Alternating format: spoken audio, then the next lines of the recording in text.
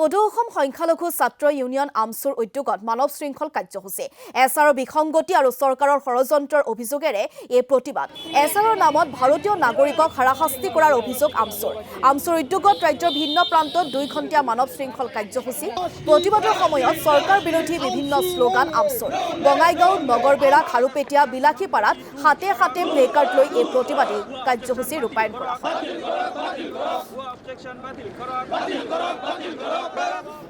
সদৌ অসম সংখ্যালঘু ছাত্ৰ ইউনিয়ন চমুকৈ আমছুৰ নিৰ্দেশত আমি বিলাসীপাৰা জিলা আমছুৱে বিলাসীপাৰা গান্ধী ময়দানত এছআৰৰ বিৰুদ্ধে এছআৰৰ যি বিসংগতি এই বিসংগতিৰ বিৰুদ্ধে মানৱ শৃংখল কাৰ্যসূচী 11টা বজাৰ পৰা 1টা বজালৈকে আমি ৰূপায়ণ কৰিলোঁ।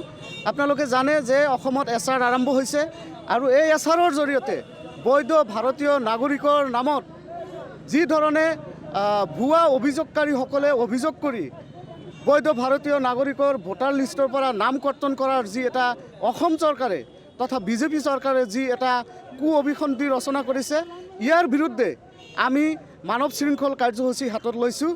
অসমখনত আপুনি যেতিয়াৰ পৰাই দায়িত্ব লৈছে যি ধৰণে অসমৰ ধৰ্মীয় আৰু সংখ্যালঘু মানুহখিনিক হাৰাশাস্তি কৰি আছে এই প্ৰক্ৰিয়াটো বন্ধ কৰক, কাৰণ আপুনি মানুহক লৈ পেলাই যি ৰাজনীতি কৰিছে এই ৰাজনীতিটো বন্ধ কৰক, আপুনি উন্নয়নৰ ৰাজনীতি কৰক।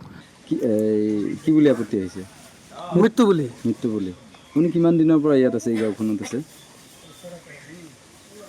27-30 বছৰমান হৈছে। আচ্ছা, ভোট কেতিয়াৰ পৰা দি আছে? 2005-ৰ পৰা।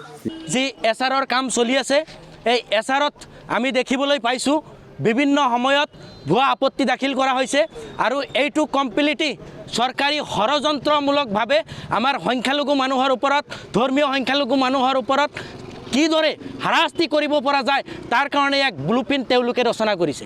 যি প্ৰক্ৰিয়া চলি আছে সেই এছআৰত আমি যিখিনি বিসংগতি দেখিবলৈ পাইছোঁ বা চৰকাৰী ষড়যন্ত্ৰ দেখিবলৈ পাইছোঁ তাৰ বিৰুদ্ধে আমি সমগ্ৰ অসমৰ লগতে আমি তামোলপুৰ জিলা আমছুৱে আমি আমছুৰ পৰা কেইদফীয়া দাবী সম্বলিত স্মাৰক পত্ৰ লৈ 2 ঘণ্টীয়া অৱস্থান যে মানৱ শৃংখল কাৰ্যসূচী আমি ইয়াত অনুষ্ঠিত কৰিছোঁ।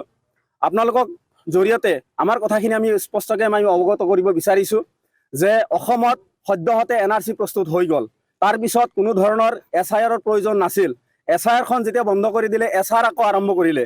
এই SRৰ নামত অসমত যিখিনি ধৰ্মীয় সংখ্যালঘু মানুহ আছে বিশেষকৈ সেই ধৰ্মীয় সংখ্যালঘু মানুহখিনিক উদ্দেশ্য প্ৰণোদিতভাৱে হাৰাশাস্তি কৰাৰ যি প্ৰৱণতা আমি দেখিবলৈ পাইছোঁ তাক আমি ধিক্কাৰ জনাইছোঁ।